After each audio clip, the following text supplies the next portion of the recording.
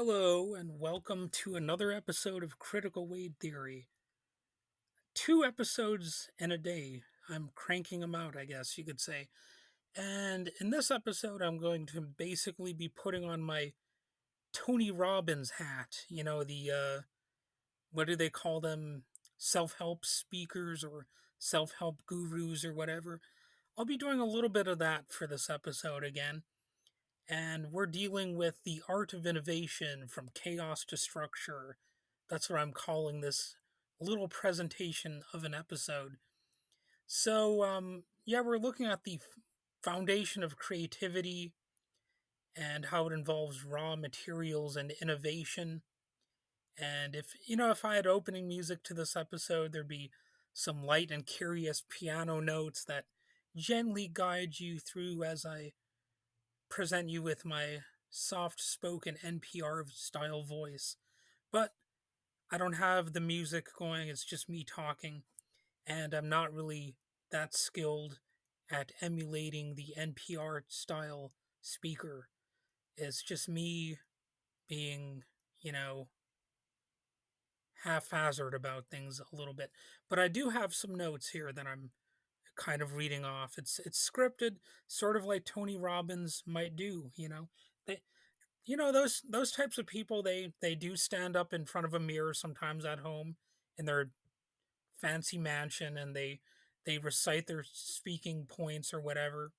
And maybe they flub lines here and there, and they self-flagellate. They if you don't know what the word flagellate means, it basically just means to whip yourself or something like that. That's what I imagine these people are like. They're like reciting all of their talking points, maybe in their basement of their mansion, and they're like, "No, you messed up a line," and then they like whip themselves in the back. You gotta get all of your talking points in order, because they come across as so orderly, like they have everything figured out, and they kind of have to look that way if they want to sell their talking points to their audience.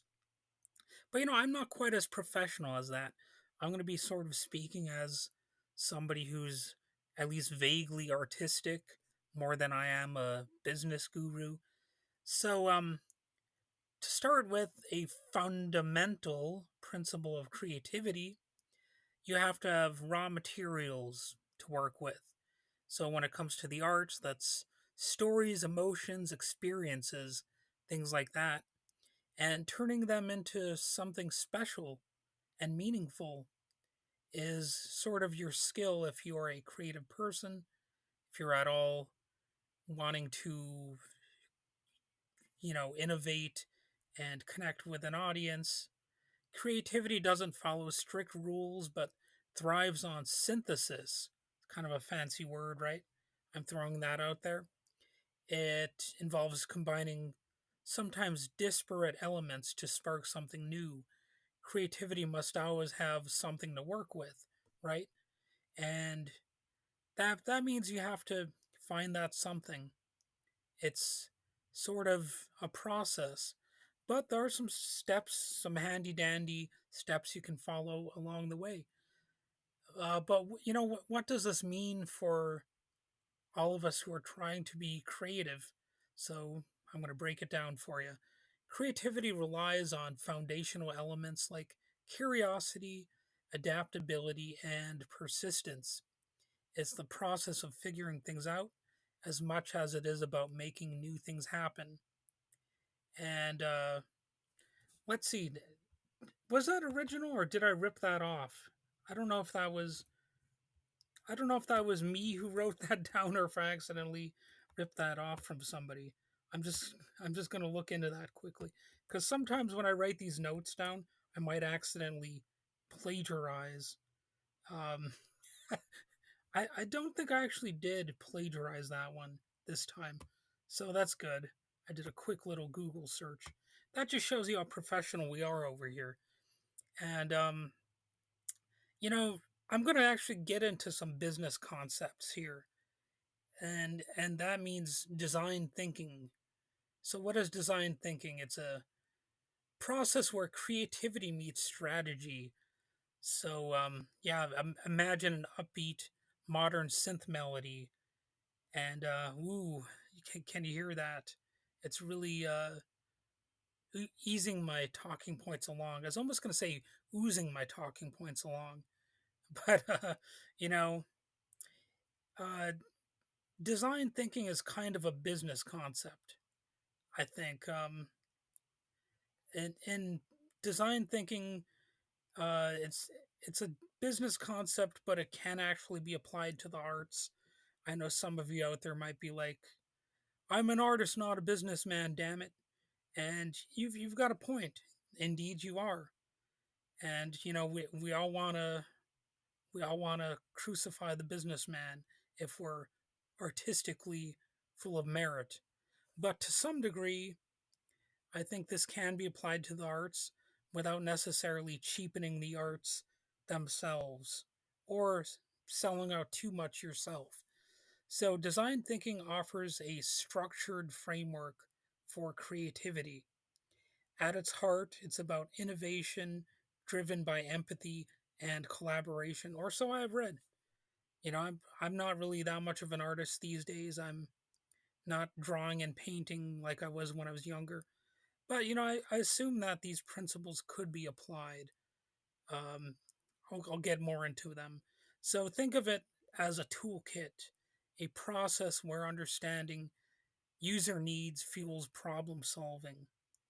That's right, user needs. That is actually another way for me to call what your audience would want, what your hypothetical audience might want if you're just getting started.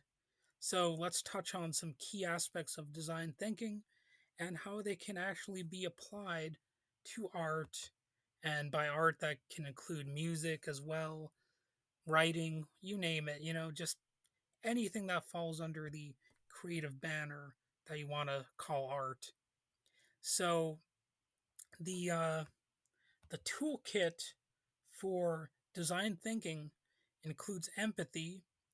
That means immerse yourself in others' perspectives to the degree that it's possible, of course. And I suppose you don't want to totally lose yourself in the process, but sort of try to understand what a person out there might want, or a certain type of person out there might want, if you want to narrow things down. Then problem definition could be a good idea. So clarify the challenges at hand. What are the problems that you face in order to create valid art to address those problems. Like because all good art is sort of like uh, a need to fulfill something, right? So you'll probably want to treat it like you're addressing a topic or an issue in a lot of cases.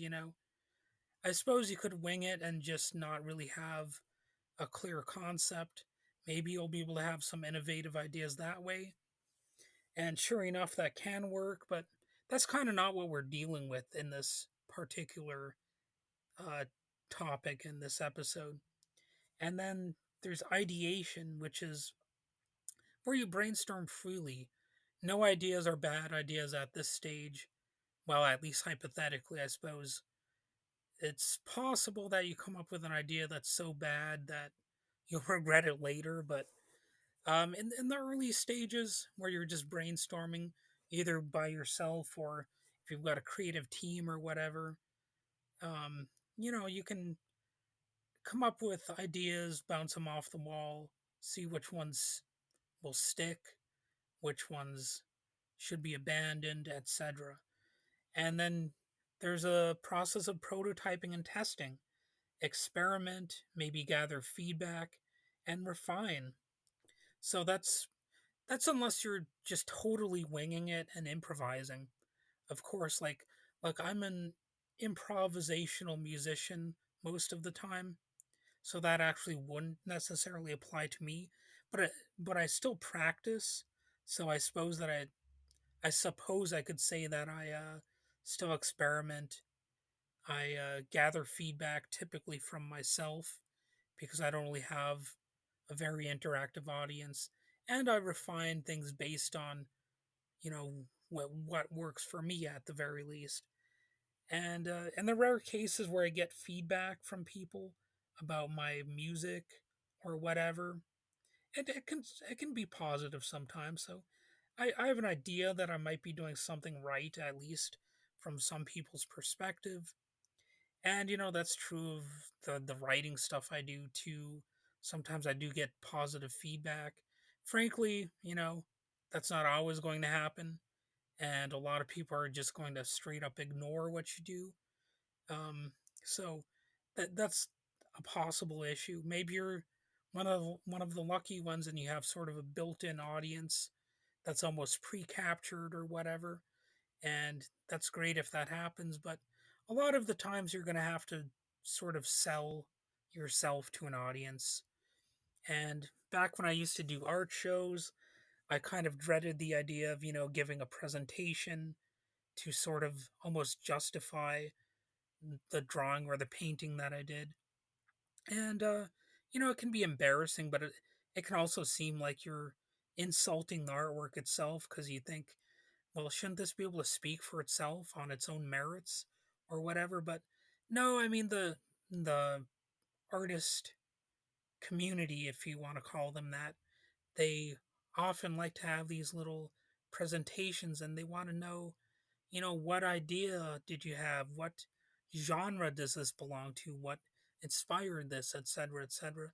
And, you can't get too mad about that, because they're just doing what an audience will do. So, you know, you could get upset about that process, but at the end of the day, it's sort of a predictable outcome of, I guess, not only being a part of an audience, but being a spectator. And also, let's face it, I mean, I don't want to get too like Marxist sounding on this, but it is a little bit about consumer culture too.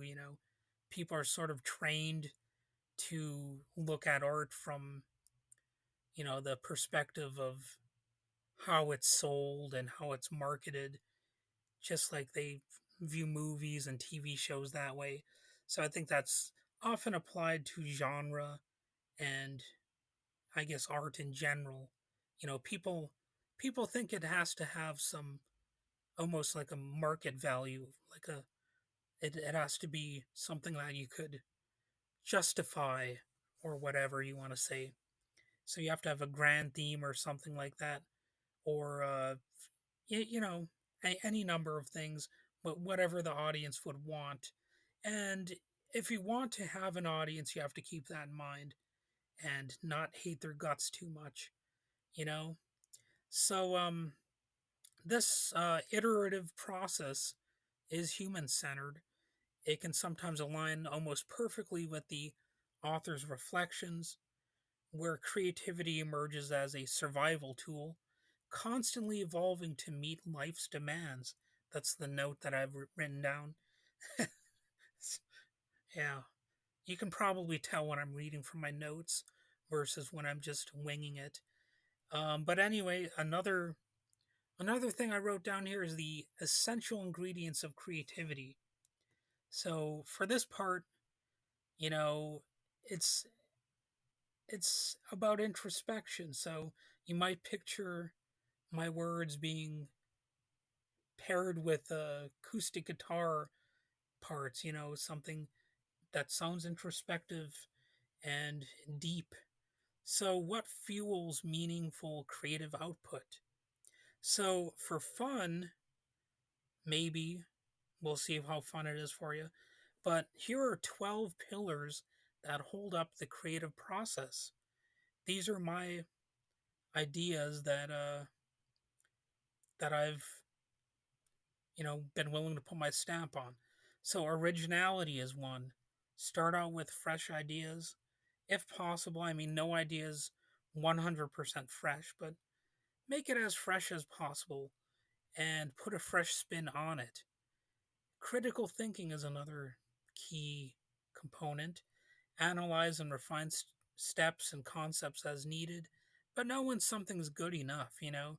There's a such thing as being too much of a perfectionist. I suppose if you're going for hyper realism as an artist, then I suppose hyper perfectionism might be just a part of your craft. But in a lot of cases, you still have to be able to say, okay, I've done it good enough. Let's move on to, the next thing. And emotional resonance, you'll want to connect deeply with your audience on some level. If you're going for shocks or to inspire thought in your audience, or if you want to make them laugh or whatever, any combination of things, you want to have some emotional connection. Of course, this all goes with vision. A clear goal provides direction, but be open to random bouts of innovation. That can happen too. So you don't want to have zero vision, but at the same time, it can be good to be open to have your vision challenged, and maybe you could have your vision changed through the creative process. Or if you're actually relying on feedback from the audience, maybe you can change how you perform that song or something like that. I know major movie studios, they actually do screen tests, and I have mixed feelings about that, although I do understand it. They want to make sure that not only does the movie resonate with audiences, but they want to get money out of it.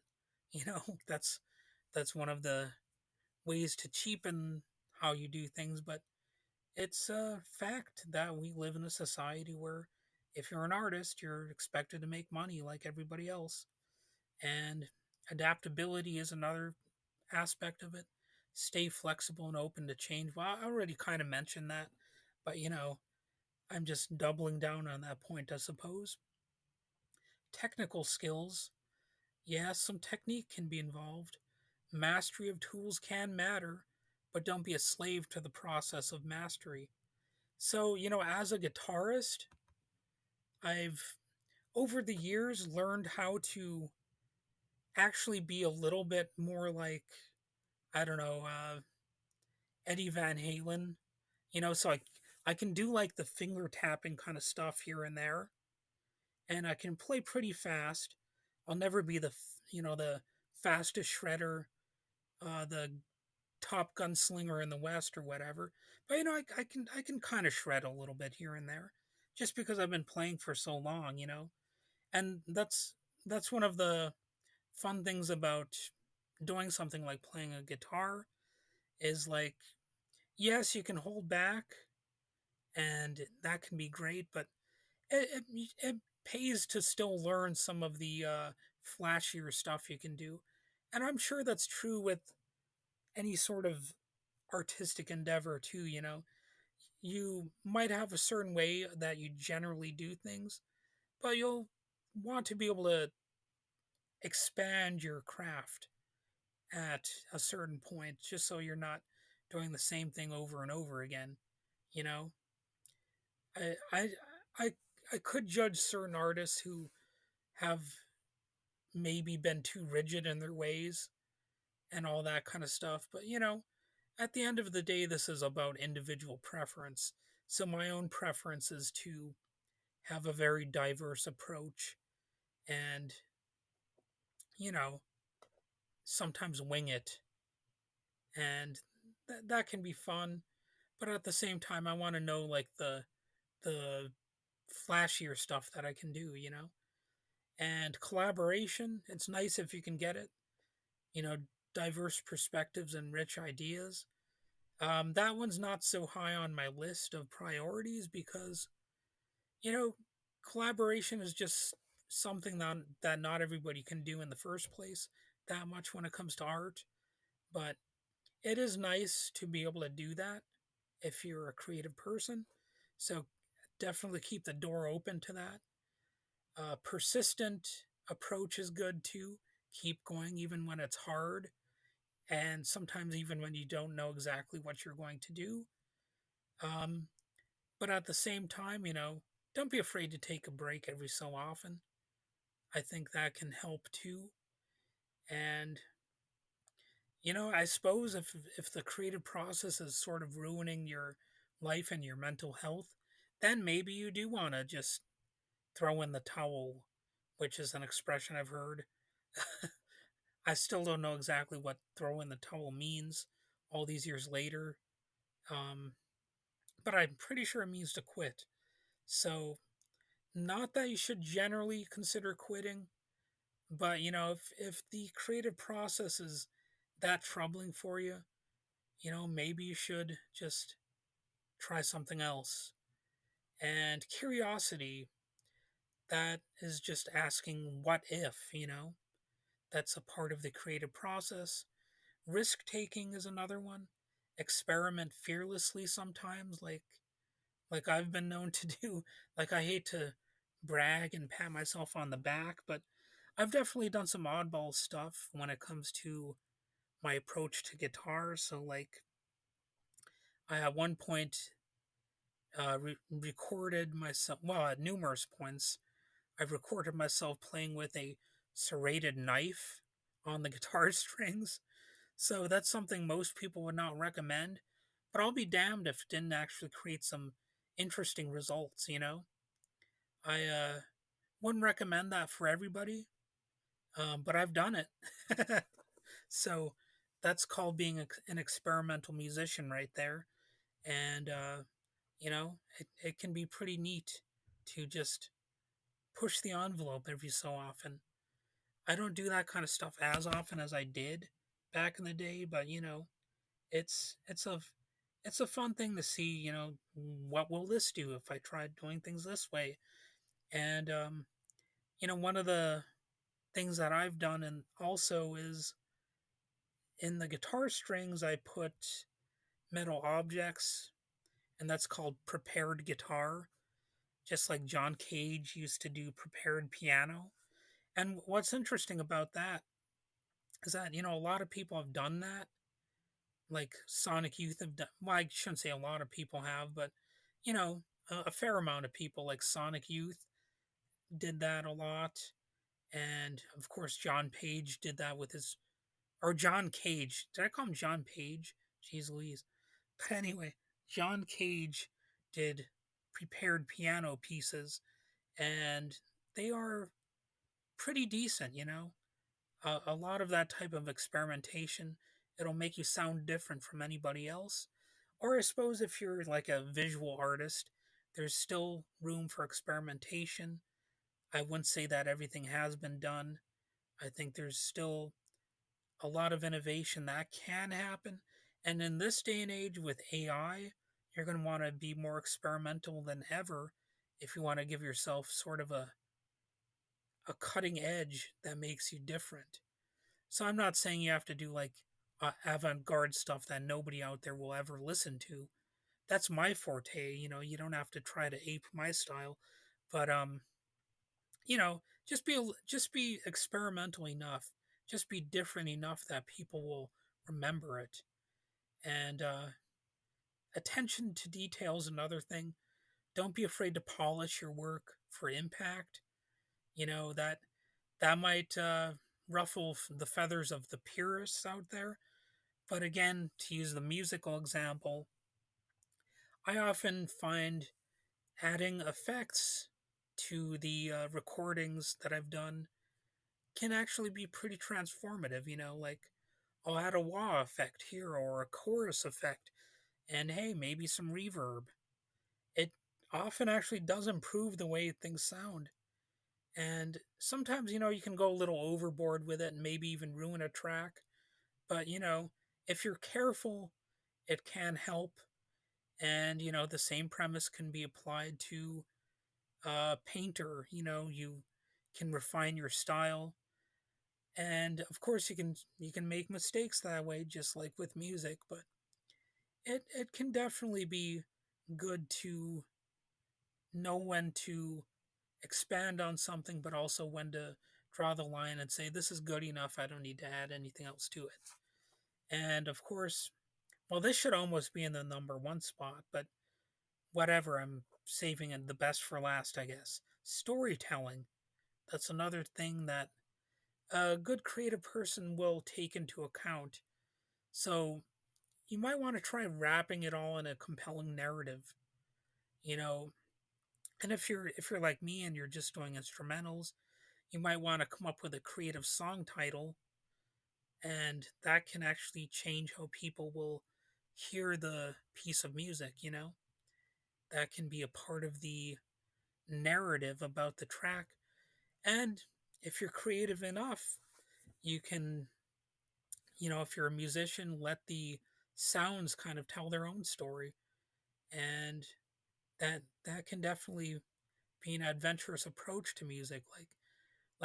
Let's say you're a singer songwriter who also plays an instrument. Well, sometimes consider putting the instrument aside, like more, or not the instrument aside, but the vocals aside, and craft interesting music, because that's not being done often enough these days in modern pop. Like they just don't really tell a story with the music itself. And frankly, they don't tell a story that often with the lyrics either, that much in a lot of cases. So that's again one way you can set yourself apart, because I'm just going to put this out there. I think a lot of pop music from the 1990s and from the 80s was just better, because they were more about telling a story and having a narrative. And if you listen to, like I said, a lot of instrumentals from the past too, they somehow tell a story even though they don't have lyrics. That's a pretty powerful thing to be able to accomplish, to tell a story without having words. And you can listen to the good, the bad, and the ugly score by Ennio Morricone. I believe that's how his last name's pronounced. And you can see that, wow, his music actually really does not only tell a story, but it weaves a pretty grand narrative.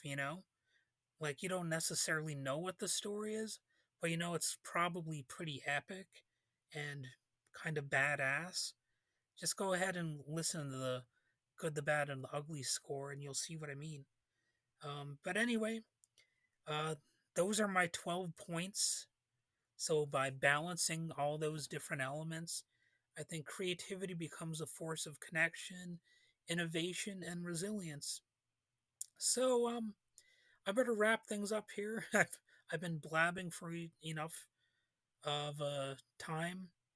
So I guess the point is that through methodical brilliance of design thinking, or something like that, creativity reveals itself as a dance between chaos and structure. It's not about perfection, but about making the most of what you have. So as you go about your day, remember that every experience, good or bad, adds to your creative toolkit. What will your creative impulse be? What will you create with your raw materials? I think you could create a masterpiece, or at least some good trash, I'm interested in some good trash sometimes. Um, that's actually, ironically, one of the reasons I like AI at times, because some, some of the stuff you can do with it is actually pretty funny. Like, I've had AI craft songs to sound like Bob Dylan singing about his dog, for example. Like, I think that stuff can be funny. And, I know some people are sort of viciously against AI, very hostile to it. And I get that, but at the end of the day, I care a little bit about the results. I don't really necessarily care that much where the results come from, or who even gets credit. I'm a bit of a chaos agent in that way.